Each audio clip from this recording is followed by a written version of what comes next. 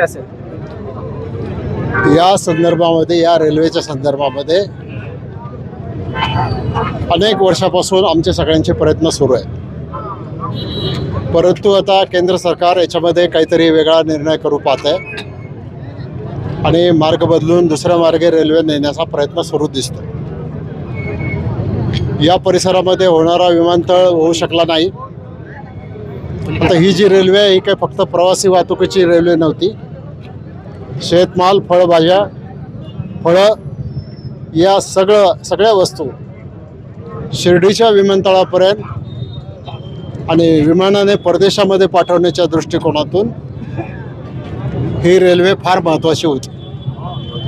आज जर वाहतुकीत पाहिली तर पुण्यावरून नाशिकला जाताना खूप मोठी वाहतुकीची कोंडी होते आणि त्याच्यासाठी मोठ्या मोठ्या ट्रक्स, ट्रॉलीज, कंपन्या आहेत चाकणला वगैरे खूप मोठ्या प्रमाणात.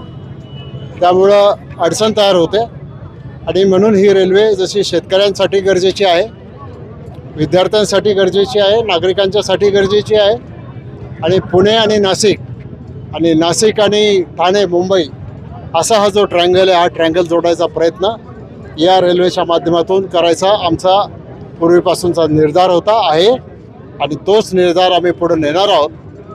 वेळप्रसंगी आज आम्ही सगळ्या पक्षांच्या वतीनं हे आंदोलन आयोजित केलेलं होतं. सर्व पक्ष सामील झाले याच्यामध्ये आणि त्याच्यामधून केंद्र सरकारला जनतेच्या भावना कळायला पाहिजे म्हणून आपण हा जो लढा आहे, हा लढा या पुढच्या काळामध्ये देखील असाच आपण चालू ठेवणार आहोत आणि त्याच्यासाठी सर्व नागरिकांनी, बांधवांनी सहकार्य करावं अशी विनंती मी त्यांना करतो आणि ही रेल्वे होण्यासाठी शेवटपर्यंत आमचा लढा चालू आहे. पुणे आणि अहिल्यानगर जिल्ह्याचे एकत्रित आंदोलन होईल का? कारण की अहिल्यानगर जिल्ह्यामध्ये ज्या पद्धतीने संगमनेरला एकत्रित मोठ्या पद्धतीने सुरू आहे, पण पुणे जिल्ह्यात ठिकठिकाणी केले जाते.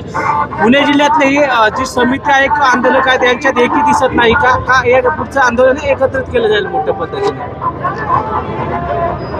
असं आहे की जी रेल्वेची कृती समिती आहे, ती कृती समिती जो कार्यक्रम ठरवेल त्याप्रमाणे आम्ही पुढे जाऊ.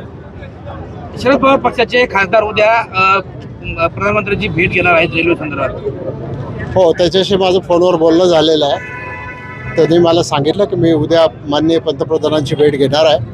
त्यावेळेला हा प्रश्न मी तिथं मांडेन आणि भेट झाल्यानंतर काय त्याच्यामध्ये होतं आहे ते मी आपल्याला कळवेल आणि आपल्या माध्यमातून किंवा ते थेट तुम्हाला पण कळवतो. मुख्यमंत्री देवेंद्र फडणवीस यांनी तालुक्याला भेट दिली, त्यावेळेस तुमची त्याच्याशी चर्चा झाली होती. त्याचबरोबर जो टेक्निकल अहवाल आहे JMRT बाबतचा, हा तुम्ही मुख्यमंत्र्यांपर्यंत दिलेला आहे.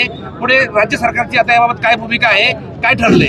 राज्य सरकारने याच्यासाठीच तर डॉक्टर माशेलकरांच्या नेतृत्वाखाली एक कमिटी नेमलेली आहे. त्या कमिटीचा अहवाल आल्यानंतर JMRTचा प्रश्न स्पष्ट होईल. आंदोलनात जर तोडगा निघाला नाही तर यापुढच्या काळात राज्याचं शिष्टमंडळ स्वतः पंतप्रधानांची भेट घेईल.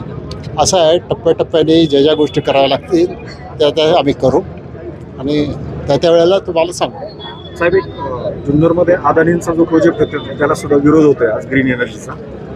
तर आज रेल्वे आपण पाहत आहात तेज तुफान न्यूज, न्यायिक व निर्भीड बातम्यांचे सर्वांचे आवडते नेटवर्क.